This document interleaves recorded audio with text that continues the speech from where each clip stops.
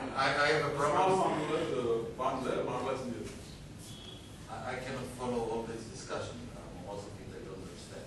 But you don't have to wait to the results of farms. You can start.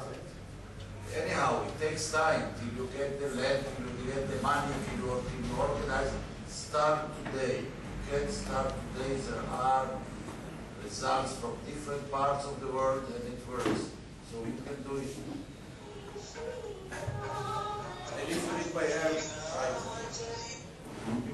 Sir கேட்ட கேள்வி வந்து இம்மீடியட்டா நம்ம வந்து இந்த பயோஃப்ளாக் டெக்னாலஜி வந்து இதை எப்படி பண்ணலாம் அப்படின்னு சார் கேட்குறாங்க.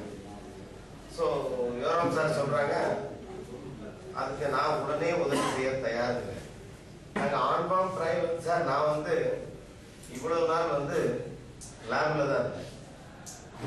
நான் வந்து இப்பதான் வந்து இறால் வளர்ப்பு இடத்துக்கு நான் வந்திருக்கேன். ஸோ நான் என்ன வந்து இங்க கொண்டு வந்து முதல்ல விட்டது வந்து சிபி ஃபார்ம்ல ஒர்க் பண்ண டி ஆனந்த் தான் முதல்ல அன்பழகன் அவங்க தான் முதல்ல வந்து அப்படியே பார்க்கும்போது ஐசைட் ஃபார்ம் தான் ஃபர்ஸ்ட் போனோம். It's not anything plan, just முதல்ல நான் வந்து ஐசைட்ல போனோம். சரி, எங்களுக்கு யாராச்சும் ஒரு கை அப்படி நீட்ட மாட்டாங்களா அப்படின்னா இப்ப நீங்க ஆர்வமா இருந்தா உங்க பண்ணையில நாங்க ஆர்வம் ட்ரையல் போடுறதுக்கு ரெடி தான். அதுல ஒன்றும் மாற்றம் இல்லை. நீங்க அதுக்கு முன்னாடி என்ன ஏரியாவுக்கு சொல்லுங்க, டெஃபினட்டா நாங்க வந்து உதவி செய்ய தயாராக. நீங்க 4 மாசம் வரைக்கும் வெயிட் பண்ண வேண்டாம். யோராம் சாரும் அதுதான் சொல்றாரு, நான் உதவி செய்ய ரெடியா இருக்கேன். And there is also a book to read about. இவர் வந்து ஒரு புக்கே போட்டிருக்காரு, பயோஃப்ளாக் டெக்னாலஜி. அது ஆங்கிலத்தில் இருக்கு. நான் மற்றையும் கேட்டிருக்கேன். எனக்கு வந்து இது உலக வேர்ல்டு அக்வாகல்ச்சர் சொசைட்டி, உலக மீன் வளர்ப்போர் சொசைட்டில வந்து பப்ளிஷ் பண்ணிருக்காரு. நான் அவர்கிட்ட வந்து இதை தமிழாக்கம் பண்றதுக்கு எனக்கு வந்து உரிமை தாங்க. சோ இதை தமிழாக்கம் பண்ணோம்னா தமிழ்நாட்டு விவசாயி இறால் வளர்ப்பு எல்லாருக்கும் இது பயன் தரும். அவர் வந்து நான் அந்த வேர்ல்டு அக்வாகல்ச்சர் சொசைட்டியை கான்டாக்ட் பண்ணி உங்களுக்கு வந்து அந்த உரிமையை நான் வாங்கி தர்றேன், நீங்க தமிழாக்கம் பண்ணுங்க, எல்லா விவசாயம் பயன் அடையிட்டு. ஸோ அதனால வந்து உங்களுக்கு ஆர்வம் தான், நீங்க இமீடியட்டா கான்டாக்ட் பண்ணலாம். நீங்க போய் பாக்குறதுக்கு நீங்க அந்த ரெஜிஸ்ட்ரேஷன் கவுண்டர்ல கொஞ்சம் உங்க பேரை போட்டு எனக்கு ரொம்ப ஏதுவா. வேறு கேள்விகள் ஏதாவது தயவு செய்து சார். பாடத்துல சீட் மட்டும் தான் போட்டிருப்பாங்களா இல்ல அது மாதிரி சாயில் போட்டுருக்காங்க? இல்ல சார், கம்ப்ளீட்டா லைனிங் மெத்தட், சாயிலாம் போடுறது. அப்படி இருக்கப்ப இந்த டிலேபியா ஒர்க் அவுட் ஆகும், இது அனிமல் மோல்டிங் ஆகிறப்போ சேஃபான பிளேஸ் வேணுமா சார் அதுக்கு? இல்ல சார், அதாவது இந்த பயோஃப்ளாக்ல வந்து நீங்க அந்த பாயிண்டோடைய அந்த சர்க்குலேஷன் பேட்டர்ன் பாத்தீங்கன்னா எல்லா தண்ணியும் வந்து அந்த அனிமல் வந்து சஸ்பென்ஷன்ல தான் இருக்கும், அதாவது சுத்திட்டே இருக்கும் தண்ணி. மோல்டிங் ஆகிற அனிமல் ஸ்ட்ரெஸ்ல இருக்குமா சார்? அது சேஃபான பிளேஸ் இல்ல சார். அது வந்து அது சுத்திட்டு இருக்கனால சுத்துற இடத்துல வந்து அதுக்கு வந்து ஒரு மறைவிடம் தேட வேண்டிய அவசியம் இல்லை. இல்ல நான் வந்து அவர் யோராம் சார்ட்டே கேட்டேன் sir. he is asking a question. If it is a lined pond, where the prawn will search the place for hiding during molting? Can you answer?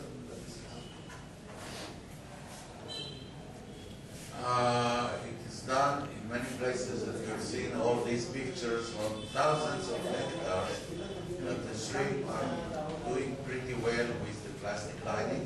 However, lining is not the only solution. You have to line the sides to prevent erosion. The bottom depends on the soil type. Not always you have to line it. You can manage without it. There are also probably some aeration systems that you can manage without lining of the bottom. There are different solutions. It's not one model. Joram sir என்ன சொல்றாங்கன்னா, இந்த bond வந்து lining பண்றது கம்ப்ளீட்டா பண்ணி எல்லாரும் பண்றாங்க. அந்த மோல்டிங் ப்ராப்ளம் ஒன்றும் பெருசா ஒன்றும் பாதிக்கல, வளர்ச்சி நல்லா தான் வருது.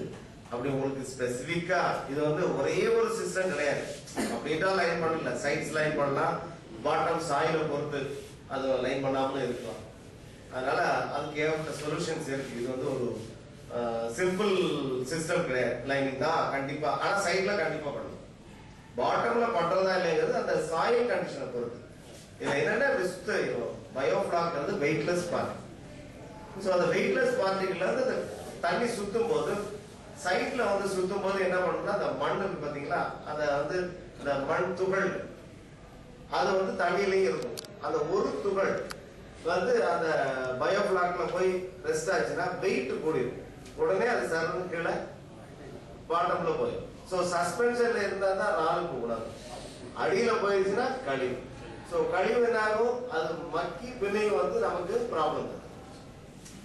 லைனிங் வந்து ஒரு நல்ல பாக்டீரியா வந்து மட்டும் செக்ரிகேட் பண்றதுக்காக தான் லைனிங் வந்து அதுக்காக தான் லைனிங் யூஸ் பண்றது. மண்ணோ மொத்தம்லாம் வந்து இது பண்ணி தேவையில்லாத ஆர்கானிசம் வராமல் இருக்கிறதுக்காக தான் லைனிங். ஆரம்பத்தில் சொல்றதாலும் பின்னாடி வந்து ரிப்பீட்டடா பண்ணும்போது அந்த செலவு ஜெனரலா மோல்டிங் ஆகிற அனிமல் வந்து சேஃபா இல்லைனாக்கா அதர் அனிமல் வந்து கணிப்பாளி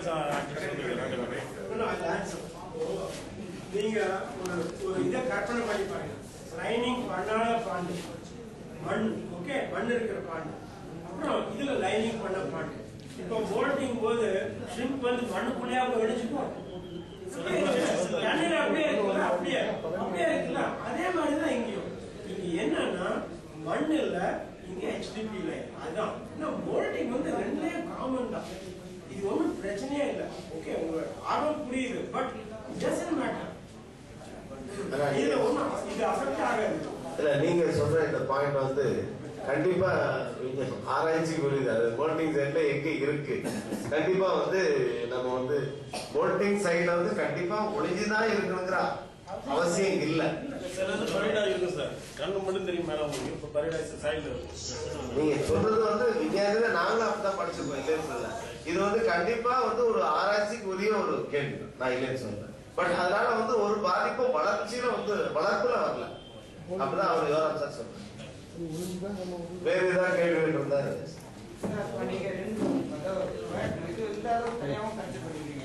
அதுக்கு அந்த 45 டேஸ்ல வித்தியாசம் தெரியாது சார் உங்களுக்கு? சார் கேட்ட அதே கேள்விதான்.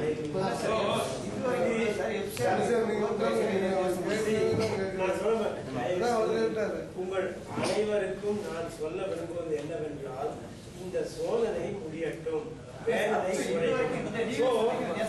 உங்களுக்கு பட்டியல் போட்டு நீங்க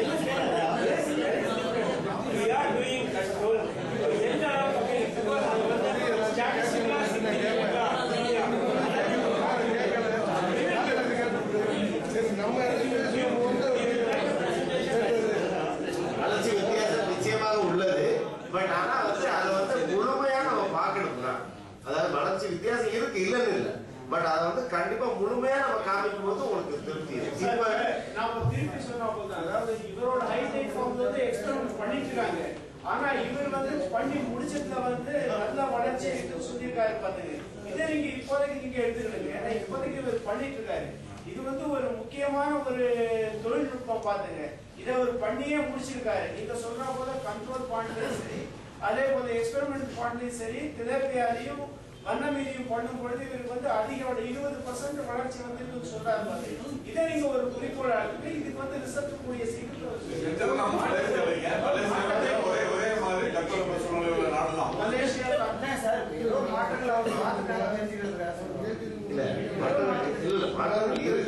பட் என்னுடைய இது என்னன்னா, முழுமையாக ஒரு படம்னா சும்மா 4 சீன் காட்டுறது வந்து ஒரு குழும வர முழுமையா பார்க்கணும். அதுக்காக ஃபர்ஸ்ட் வந்து உங்கள்கிட்ட அந்த ஆர்வத்தை தூண்டிட்டோம்னா டெமான்ஸ்ட்ரேஷன்ல வந்து உங்களுடைய கேள்விகள் அதிகமா இருக்கும்.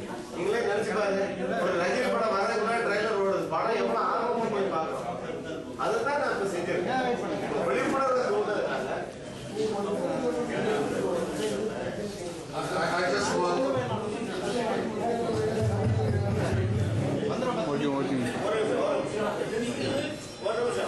I want to say something. First of all, the system in high tide is clever, is good. I'm very proud of it. However, this is not the only system. As far as I can see, the system of the vertical substrate is good for medium aeration and medium intensity. I may be wrong. We'll have to try it. For very intensive system, it may be that we don't need this vertical substrate. It does so There are different methods. You don't have to use just one approach. There are different approaches. His question is, in the on-bound trial, is there any difference between the control and bioflux treatment? His question is, because there is 45 days, now it is 45 day of culture. 20% So he wants, what is the difference we are seeing in the on-bound trial?